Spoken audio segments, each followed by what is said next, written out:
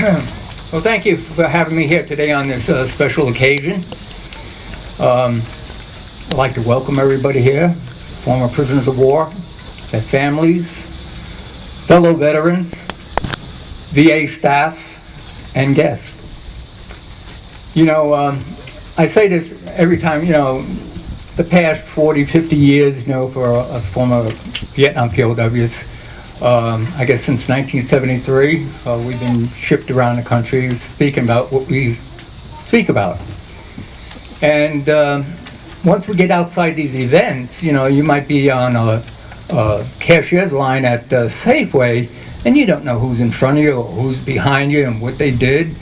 I mean, like Ron here, you know, I know everybody likes to hold records. For Ron, Colonel Ron Burns here, one of his records is being held the longest period of time in North Vietnam. Is that correct, Ron? Oh, the 24th time. Okay. So, you know, but you get on shopping lines or you're in Home Depot or something, and you know, you're standing next to these people and you really never know what they did in their life. And it's real easy to forget about events like this. I'd like to give you a few numbers. Today, there's still approximately 83,417 Americans missing in action, according to the Department of Defense Prisoners of War Missing in Action Personnel Office. That's a lot of people. 73,000 plus World War II, 7,900 plus Korean War, 126 just from the Cold War, 1,905 from the Vietnam War, 6 from the Iraqi wars and other conflicts. You know, they tell you freedom isn't free, but you know, this is quite expensive. It's not just what is felt by the prisoners, but as was said earlier, you know, what their family experiences. And not just if you're a prisoner, if you're in the military and like your dad was deployed and your mom didn't know. You know, these kind of things, you don't have to be in the military to feel the pain of what goes on in the military. It touches everybody. Families of prisoners of war and missing in action share a common agony, and that's the emotional pain. That of not knowing if that person is alive, if they are alive, what are they experiencing? The stories of POWs have been brought back by them and many writers in the past and what they suffered. I've been asked to, you know, tell a little bit about myself. And by POW standards, I'm a short timer. I was captured in 1966, and as it was said, I was a radio operator.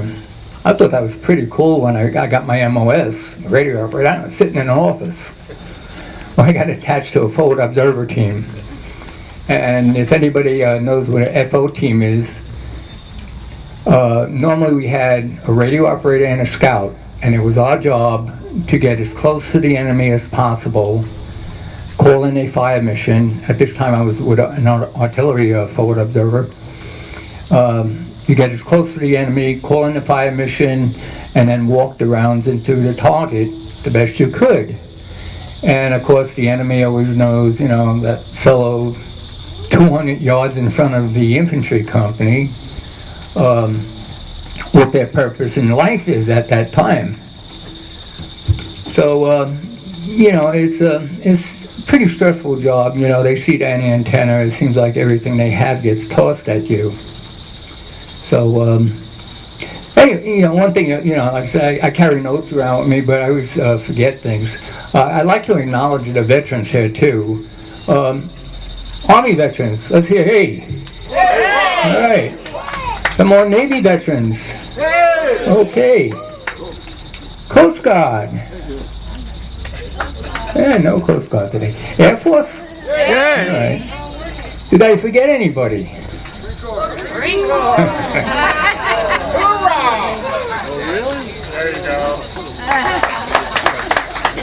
Sorry about that. So anyway, my story.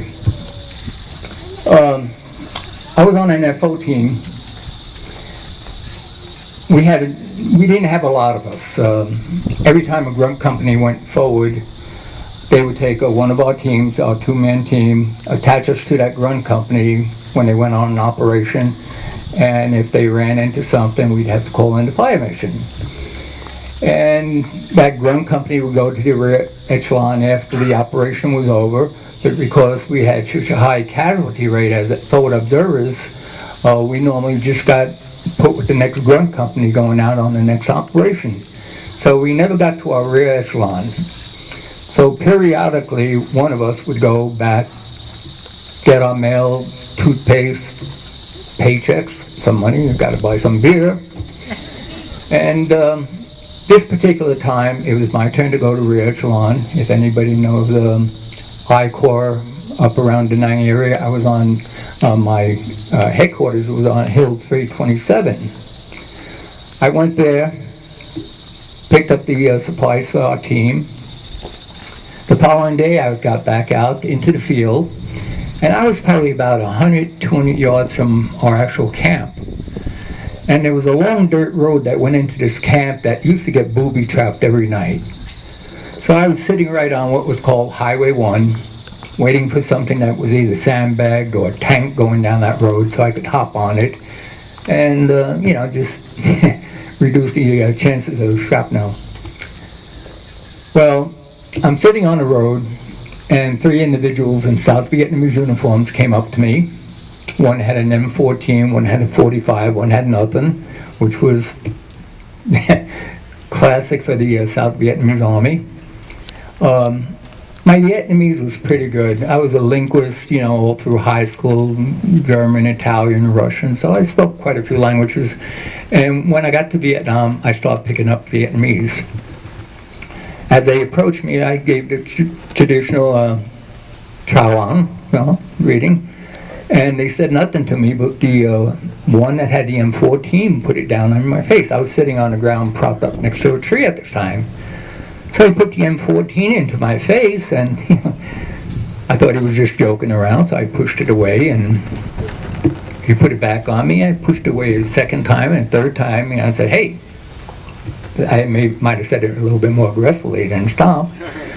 But as he stuck the gun in my face, I didn't realize the other two worked their way to the back of me, and in no time at all, I was belly down. I had a 45 at the time. Took my 45, tied my arms behind my back, and then rolled me on top of my arms and started taking my boots off. And the minute she started taking my boots off, I told myself, I'm dead. And I said it would just probably make it easier if I was alive when they took the boots off, and after they took them off, shoot me. To my amazement, they put a rope around my neck, dragged me up to my feet, and started taking me away from where my camp was. Well, we traveled for 3 days with this small guerrilla group. And at the end of the third day, I was up in the mountain camp, came into the camp, and in one of the huts, here's an American Marine Corps uniform on, black man, also a prisoner of war, and he had a big smile on his face when I approached the camp. And him being the only one in this camp, this is camp in South Vietnam now, and he had a big smile on his face, and he was just glad to see another American. Well, it turns out this camp had about 12 Vietnamese prisoners, political and military, and it was just myself and Sergeant James Dotson for Americans. On several occasions we had interrogators came in. To me it seemed like the questions they were asking me was kind of, anything you could find in the Marine Corps guidebook.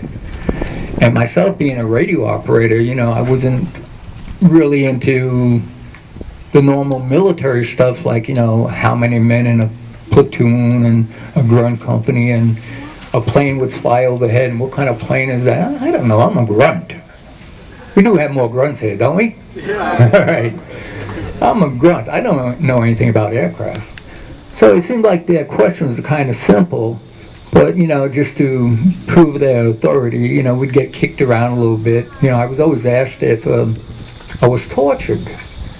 And I could honestly say, I didn't consider getting beat up torture, I'm from New York. So, anyway, we had the interrogator came into our camp on 2 different occasions, and same things, and he told me where they were taking me. There was a camp on the Laotian, Cambodian, Vietnam border called Tri Ba, where the 3 countries met, and there was other Americans in that camp, and this is still in South Vietnam.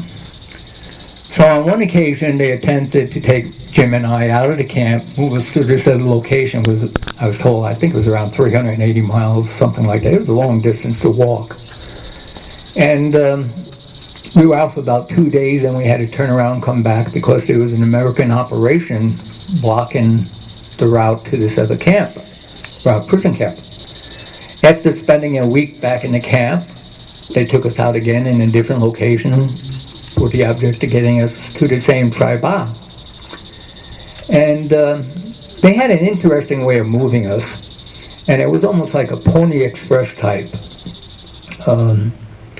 We had just me and Jim were being moved, the 2 Marines. We had 18 guards. That wasn't enough. But anyway, we were out for about 3 days going to this other location, and we got into a mountain location where we were going to spend the night, and the Viet Cong sent somebody forward to pick up the next guide from the further point coming back to us, and would take us over the next bunch of miles. And this guide would know everybody that should be in that area, if there was an operation, who might be a conspire with the Viet Cong or with the Americans. They knew everybody. So this guide, it was his job to get us to the next point where we'd pick up a guide to the next 5-6 miles, whatever.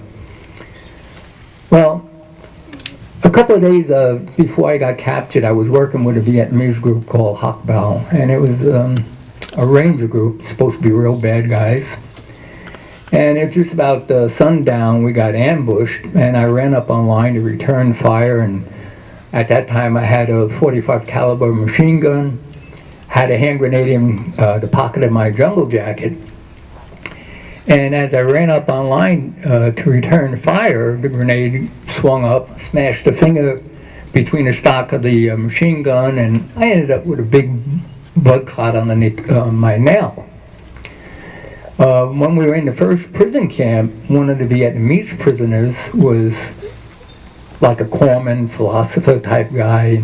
If we had any problems, he would stick pins in us to, acupuncture type stuff, or infections, load us up with some sulfamide powder or something like that to kill the infection. But he was quite a philosopher. And he seen this black spot underneath my fingernail, and he said, "That's bad luck." No. Well, here I am, in a prison camp. Well, at this point in time, like I said, we're in a mountain location, away from the first prison camp.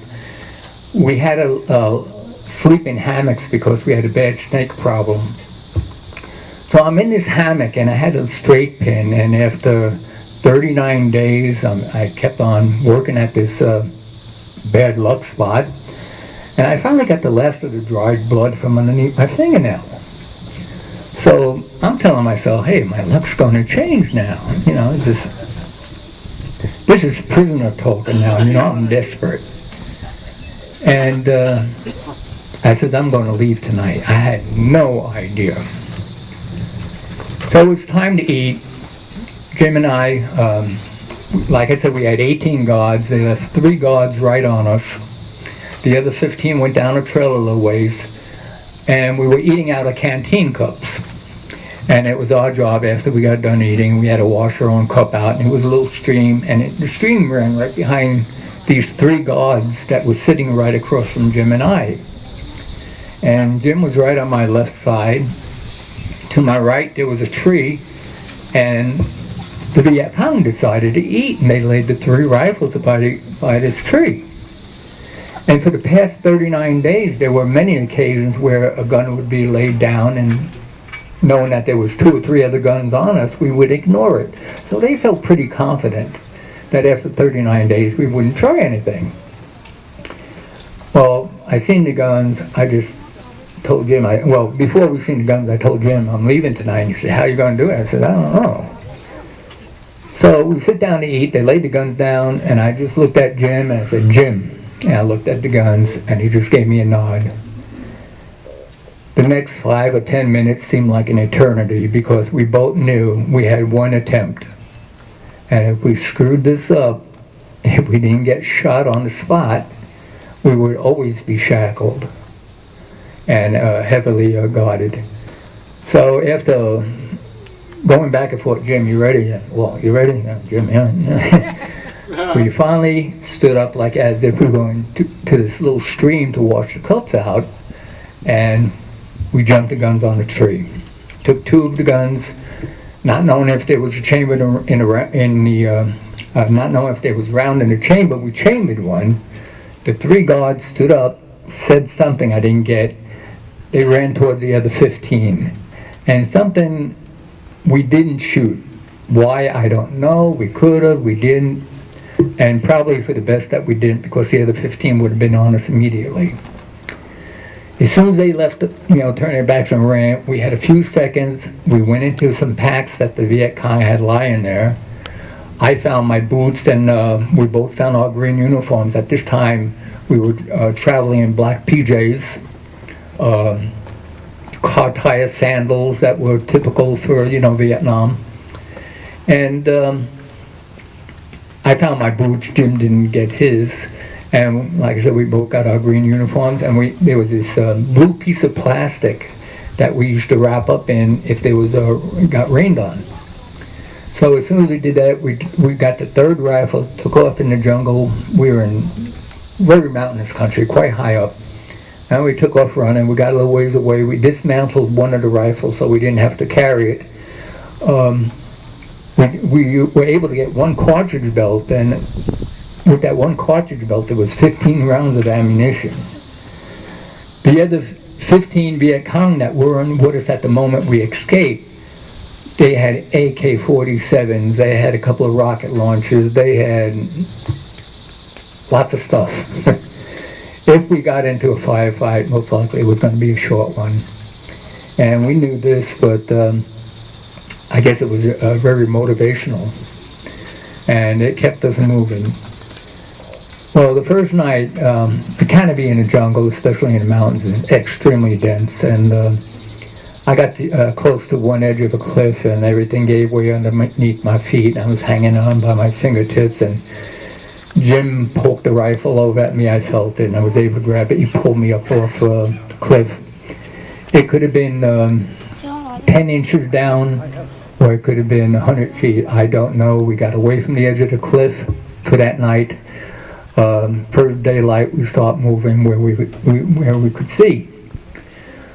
Well, for the next 4 days, they pursued us. And on a couple of occasions, we thought we were able to get out of their sight, but the way the mountains were, we go down one mountain this way, up the other side, and from this mountain, they were able to look across the valley and see us going up through the elephant grass, the way it was just being broken down by us. And the second night, we were almost recaptured once again. They probably passed us within 20 feet of the elephant grass. The next night, the next day, we almost got captured once again. We walked into a Viet Cong village in the mountains, and it just happened to be vacated at that time. The 4th night, we finally found a mountain with very little foliage on top of it. And I used to shave my fuzz off my face at that time, and they had a cigar box with a mirror and a straight razor. So I knew they were going to check for the straight razor. I put the straight razor back, but I kept a little mirror. So we thought once we got to this mountain with very low foliage, we could probably signal a plane. And this blue plastic we had for keep the rain off us, we put it out in a LZ mark. So I think that morning we had 2 planes went over and signaled both of them. Neither one got our signal. But shortly thereafter, we looked down off the side of the mountain, and here comes our buddies. We caught their eye with our mirror. And needless to say, it pushed us off the opposite side of the mountain, but we start getting into lowlands, rice paddy type country. And there were a lot of workers out in the field. We got on our bellies, I think probably from first light to maybe 3 or 4 o'clock in the afternoon. We were crawling through rice paddies. And you know, you folks that been in Vietnam, you know how rice paddies are fertilized, and it was an interesting trip. But we got to a point when it was like, you know, we're out there 4 days, we're eating grass, drinking mud, and we really, things weren't looking the best at this time. And we finally stood up in the rice paddies, and off in the far distance we've seen some kind of encampment with shiny roofs. And we figured, you know, if they had a metal roof that could be seen, especially from the air, they got to be friendly. They definitely weren't going to be the enemy. So we started approaching this camp. I was extremely dark, you know, from the sun and everything. Oh, Jim was darker than me, being a black man. But Jim was also about 6'3", 6'4", and not eating, and the condition we were in really took a toll on him. So he was a couple of 100 feet behind me as I approached this camp. And I could see people scurrying around towards machine guns, and they had these, like an old 40 Apache, they had guard towers in the corner, or machine guns, and they're running up there and getting behind guns and whatnot. So I stopped and I let Jim catch up to me, and I guess once they seen, you know, he was in Viet Cong, they let us into the camp. And the location we're coming from now, they call VC Valley. It was Ho Chi Minh's old stomping grounds in the early years. There was no friendlies down there. And by us coming out of there, they definitely thought, you know, we were probably bad guys too. But once we got inside the camp, I explained to them, you know, we escaped from the Viet Cong. And, you know, our morale, like, all of a sudden went up through the roof. You know, hey, we're saved. And then they tried to radio Anwar, which was right down the road from them, which was a Marine Corps airstrip. But their radio didn't work. You know, there was our morale back down. And one of the, well, by the way, this was a PS camp. That's a Popular Forces camp. Vietnamese militia, volunteer type guys. Well, one of them leaves the camp on a bicycle out the back gate. And short time later, Marine Corps ambulance came up to us, threw us in the ambulance, took us to Anwar. We got off the back of the ambulance, and hundreds of Marines just got around us and welcomed us home. And they had to cut the clothes off us, but we put our green uniforms back on that morning when we tried to signal a plane. But going through the elephant grass for the last 4 days, and you know, some of the thorns and whatnot that cut us, basically we were a bloody mess, and they had to cut the uniforms off us. So, you know, if we got undressed normally, you'd probably be peeling scabs or whatever. And we got flown up to the hospital in Da Nang. But, you know, that's me. My total time as a prisoner and the 4-day escape totaled 43 days. And I say this because I know what I experienced. And when and I know World War II veterans, I don't know if we have Korean veterans here, but I know from Colonel Byrne, almost 8 years in North Vietnam, I, as a former prisoner of war, can't imagine what went on up there and the length of time. I wasn't married at the time. It was just my mom and my dad, my sister, you know. And my mom never was a very strong person. And when she got the word, she was at her job. She used to work in New York Hospital. Two Marines in dress blues walked into her job. They didn't have to say nothing. And she hit the deck. And that was all. From that point on, you know, my parents received letters from General Westmoreland, battalion chaplain, my comm sergeant, every one of them just stating, you know, no information about me, just that I was a MIA. And like they say, you know, what's worse than being a POW is an MIA, because, you know, people don't, there's no accounting for you. Like I said, we have 83,000 plus still MIA from previous wars. I have to try to imagine, what is their family going through? Not knowing all these years, dead, alive, were they tortured right up to the end? So it's just not the person that is the prisoner, but how this pain spreads out over everybody. My event was 43 days. You know, I can't tell you the whole story in 43 days. On top of all the things that, you know, it might sound hard to believe, but we had some laughs in the prison camp. Now, the Viet Cong wanted to teach me their liberation song. Fine, we'll try to learn your liberation song. But you got to hear them sing the Marine Corps hymn. We went hysterical. They had no idea what they were singing. We're saying, we got to get out of this place by the animals. Oh, hey, we got happy prisoners here, you know. And, you know, things like that. And, you know, I heard about some of the games that some of the guys up in the North played, you know, with some of the competitions, because, but, you know, you say, how, what a sense of humor this is. But when everything else is so bad, it's amazing where you can find some humor. Like I said, you know, on top of the prisoners and the MIs themselves, the parents experience a lot of pain. And my dad, being old school, hardcore, you know, World War II vet, he wrote a poem.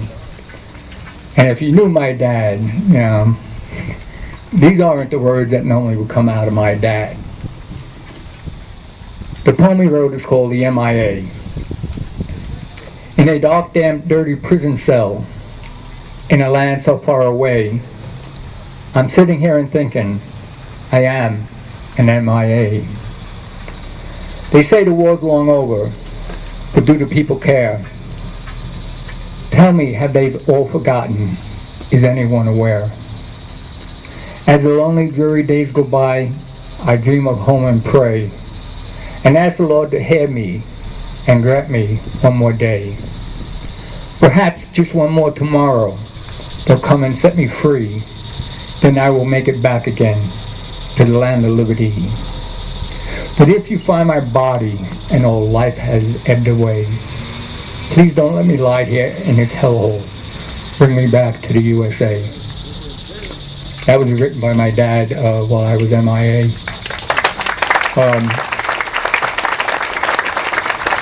I also like to portray this, though, you know. I don't want to say I'm no Rambo, nothing like that. But once again, my favorite movie is My Cousin Vinny. Now, if anybody's familiar with the story, if you remember when Vinny's girlfriend gets stiffed in the pool game by those guys, Vinny went back and gave him option A and option B. And it turns out, you know, I found out I've been living my life by option A and option B. And at that point in time, I had the same options, and it was live or die. And, you know, I escaped because I didn't have an alternative. At that point in time, the left side of my face was rotting away from insect bites and infections. All my toenails had fell off from foot fungus. I have holes in both my ankles from where the knots on the ropes when my feet were tied used to sit. I was 98 pounds. Weight Watchers have something to learn here. You know, and this is in 43 days. So, you know, it's an experience, but again, you know, you do what you have to do. And one thing I like to say to all the veterans out there too, you know, I look at my life today, this is gravy. You know, we beat the hard times. And in the past I had friends that are no longer with us today by their own choice. And the Sergeant Jim Dotson that escaped with me, he was taken by the streets in 1998.